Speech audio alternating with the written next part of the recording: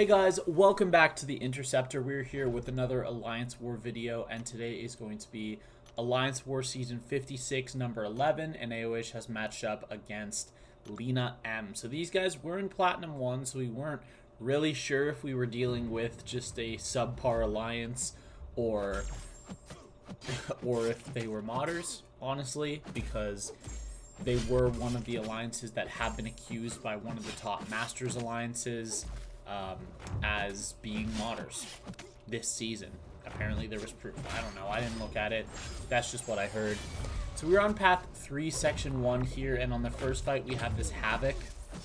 This Havok on this node, he really just needs a counter, and Angela is a very, very good Havok counter, because you are just going to constantly have a armor up on you as long as you're throwing specials every once in a while. Like, you can get up to 2 bars of power. You just probably don't want to go further than that to make sure that you're refreshing your armor up. But yeah, this is a bleed armor up glancing node. So when the defender has armor up, there's a chance that they can glance you, and then they also inflict bleed on you when you hit them. But Havok doesn't gain armor up, so it's just a Havok.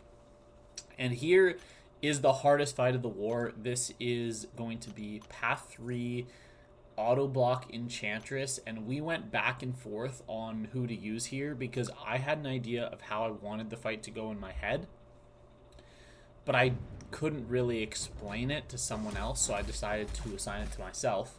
This is going to be a long fight, and I am going to make mistakes because this is the first time I have been taking this one. Like here, I misspaced the heavy. In a little bit, I'm going to eat a full heavy.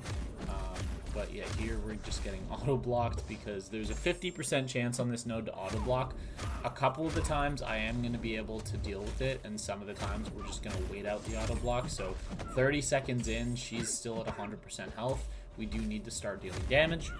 Also, there is a node here where your combat power rate is going to get reduced. So after I think I threw 2 L1s in this fight, and then at that point I have enough charges that I won't gain power for the rest of the fight.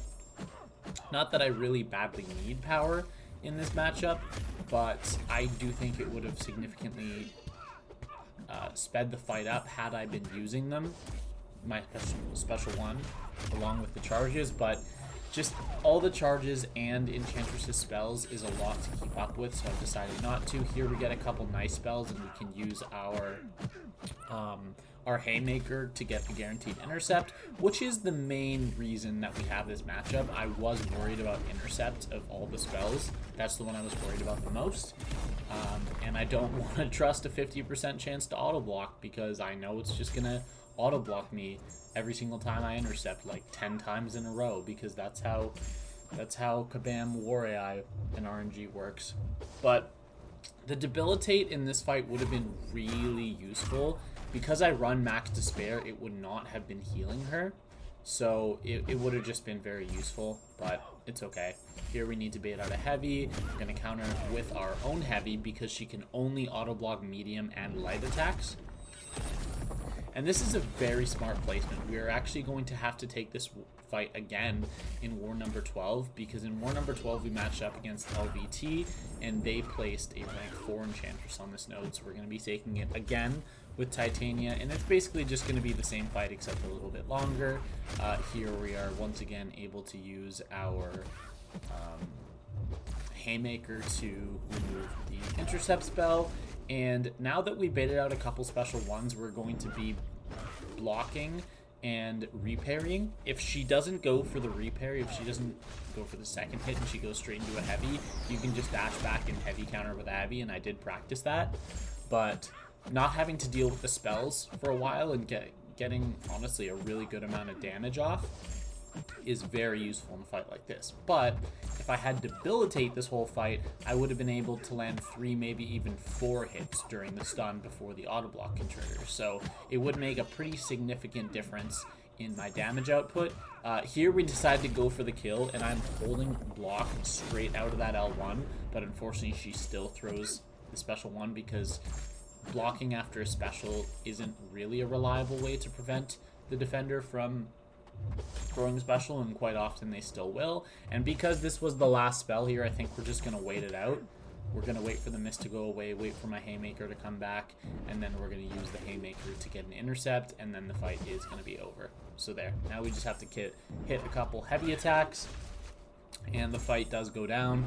Very long, very annoying fight, but I did make mistakes in that fight. There were ways I could have approached the removal of the spells a little bit better, but I was very terrified to go into that fight.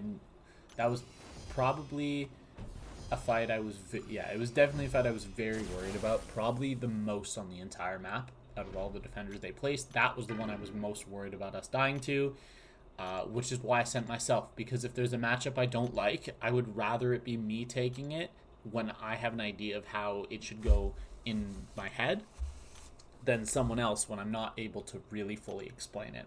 So here, this is a really bad matchup. I needed someone that could take both Bishop and the next one, and I guess I just forgot about all of Bishop's energy resist, because we don't have the synergy here, so we are not going to have bullets for both fights. Our basics are going to be doing a lot of damage. Our specials aren't, because of the energy resist. Now when we crit, we still do a good amount of damage. Here we're going to decide to bait out the L2 because I'm pretty confident full dexing it, but we are going to have to full dex unblockable special 2s multiple times in this fight, and unfortunately, because Hood's Hex detonations is energy, it is going to get resisted by Bishop, but as long as you don't get hit by an L2, you're going to be okay. Like, you're going to be fine. And I know for a fact that I don't need to preserve bullets, because the next fight, the only other Hood fight, is one where you don't really need bullets. But the only 2 times in this fight that I had to full dex the L2, I did do it correctly.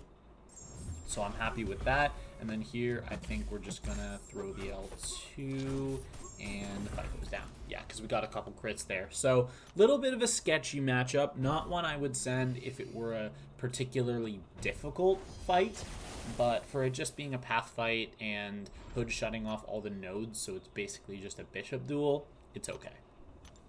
So here, this is our last fight with Hood on my main account, and we have this Sersi.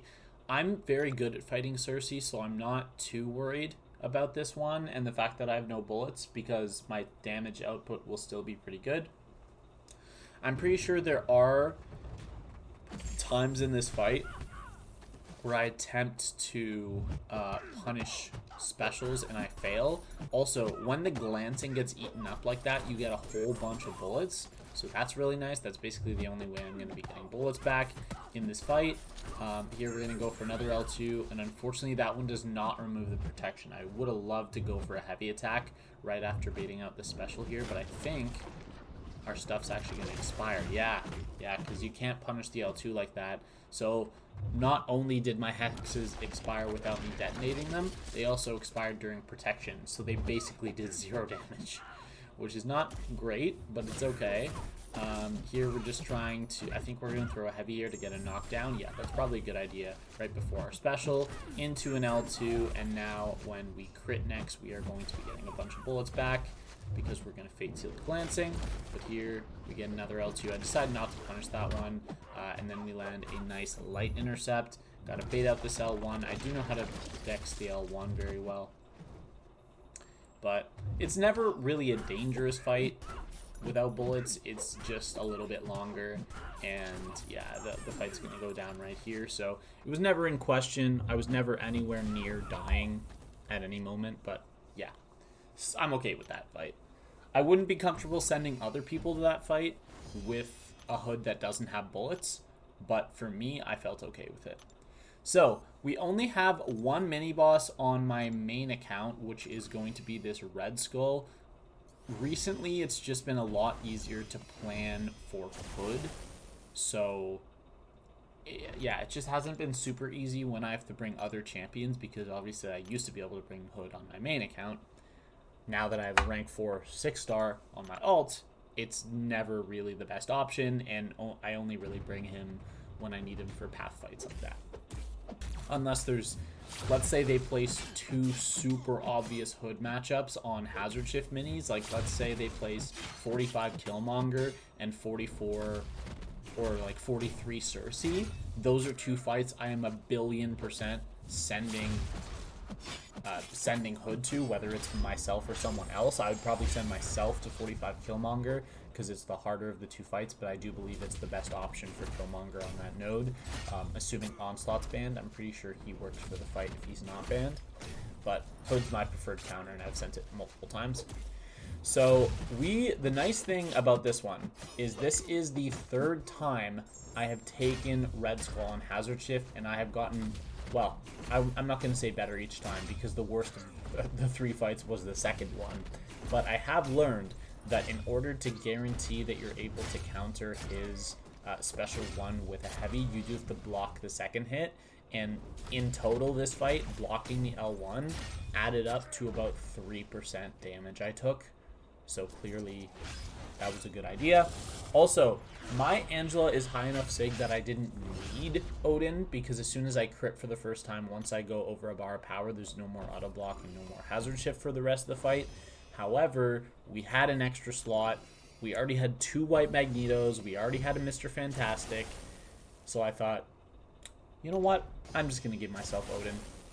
Make sure we're 100% good. So that fight went very, very cleanly, and it's definitely my favorite option for Red Skull whenever we see him on Hazard Shift. So here we have the fights on my alt. We are starting on Path 8, Section 1, and we have this Korg on Rage. Now, there is, obviously, you can light intercept using phase, so like a phase-assisted intercept to get rid of the rock stacks whenever you need to, and that is how I deal with this matchup. I actually really like this matchup. I do it pretty often in Battlegrounds when I have to play. I don't really like playing it, but when I have to. Also, the special 2's all non-contact, so you're never going to take any damage off that. And this is just a play it slow. You're going to completely shut down the node.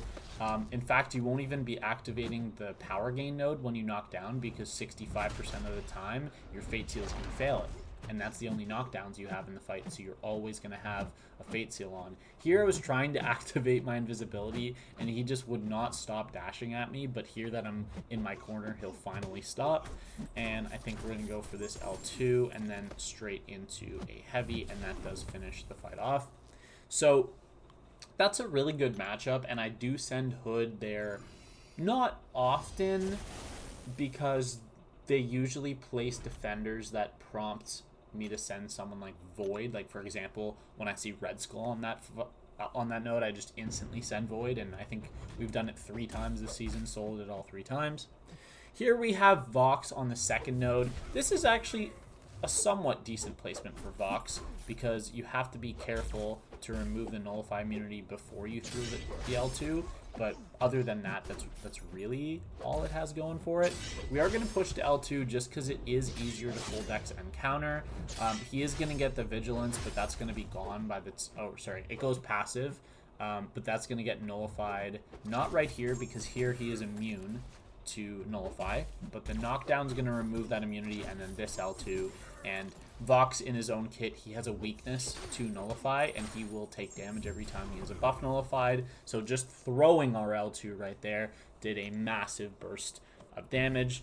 But I don't think that was the greatest attempt at a path split, because Hood is one of the, if not the best, one of the best tactic attackers right now. And he just absolutely nuked both of those fights.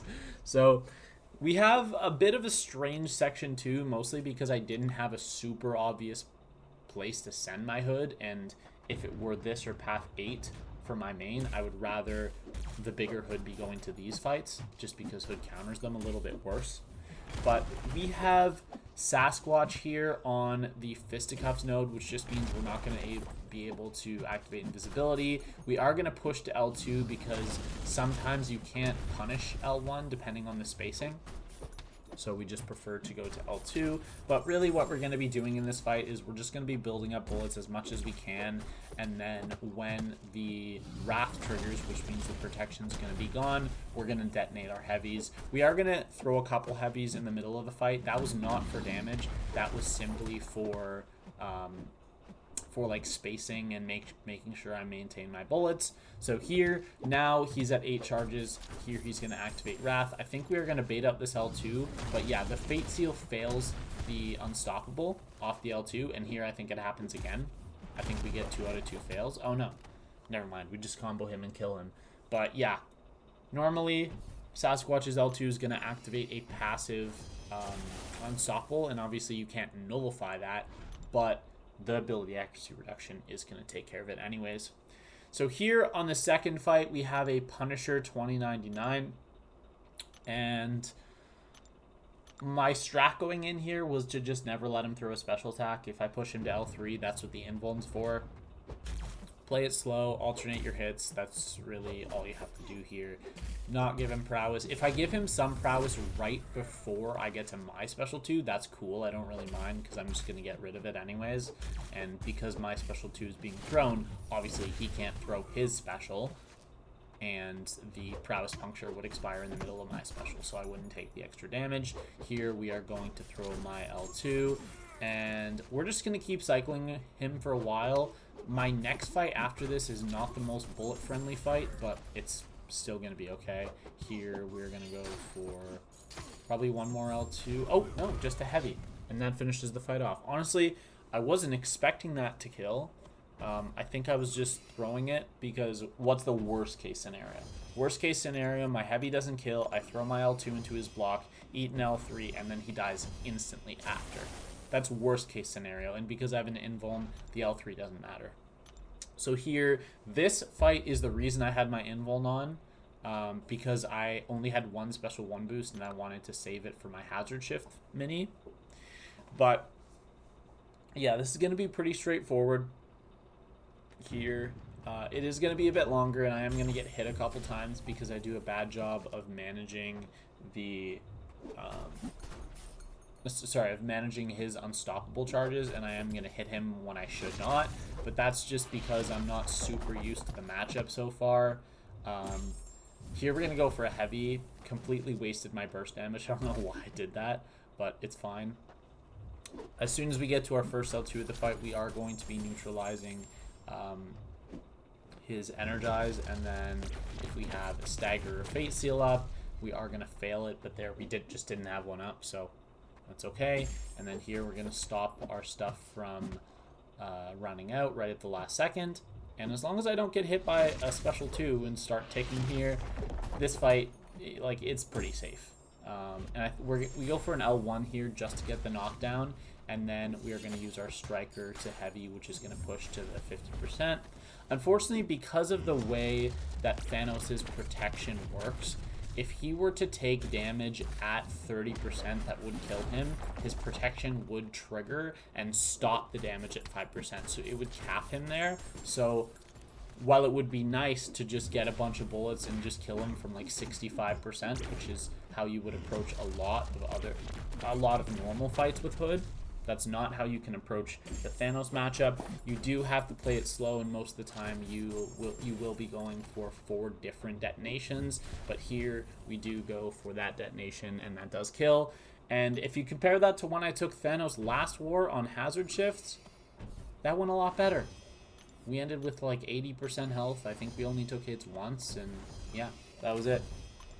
So now we are conquering our fears in this fight here, because this is Hitmonkey, and if you watch the last war video, I ended up losing my Deathless season on my main account to Hitmonkey, and yeah, it was not a pretty fight. This is the same rank Hitmonkey, it's still at rank 3, but it's on a tougher node, because this has Power Focus 2. You ideally don't want to be pushing Monkey to his special 2, or else he is going to be basically going unblockable because he has so many hits into your L2. Not from that alone, but just in general. Here we missed the parry on the first hit, but we land the re-parry. Our goal in this fight is to either just let him throw special ones or no specials at all, because the way this fight gets scary is if he is unblockable and he has an I have root on me, because if that happens, you're dying in one combo. Fortunately, Hitmonkey has a very tiny health pool, so 2 L2s into a heavy attack does kill. His evade doesn't have a huge chance to trigger, and even if it did trigger, I had my miss active, so I wouldn't have gotten punished for going for that heavy attack. I just figured it's worth the risk, because either the fight's over right now, or I trigger miss, have to parry because he didn't have the shrug off spell, and the fight's over. So there you go. This matchup is a terrible idea. I'm so used to just sending Hood on every hazard shift fight that I see that I forgot something about Attuma's kit. And that is that whenever you lower his ability accuracy, he instead has his ability accuracy increased by that much. So my 65% reduction from Fate Seal is actually giving him a 65% higher chance to activate Hazard Shift. So not only am I going in with no counter to Hazard Shift, something that Hood usually has access to, but I'm also increasing the ability accuracy of Hazard Shift by 65%. So I was in that fight for about 25 to 30 seconds. I went down to 20% health from Hazard Shift alone. I genuinely just forgot that that was part of his kit. I completely forgot he did that. But luckily, Hood is such a crazy nuke that it just doesn't matter.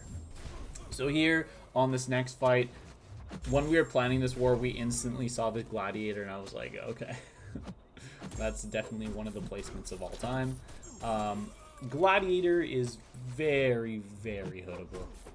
He does nothing to stop Hood, and Hood is just going to L2 cycle this guy down. I think we're going to go for one more L2, and then just heavy, and yeah, dude's dead.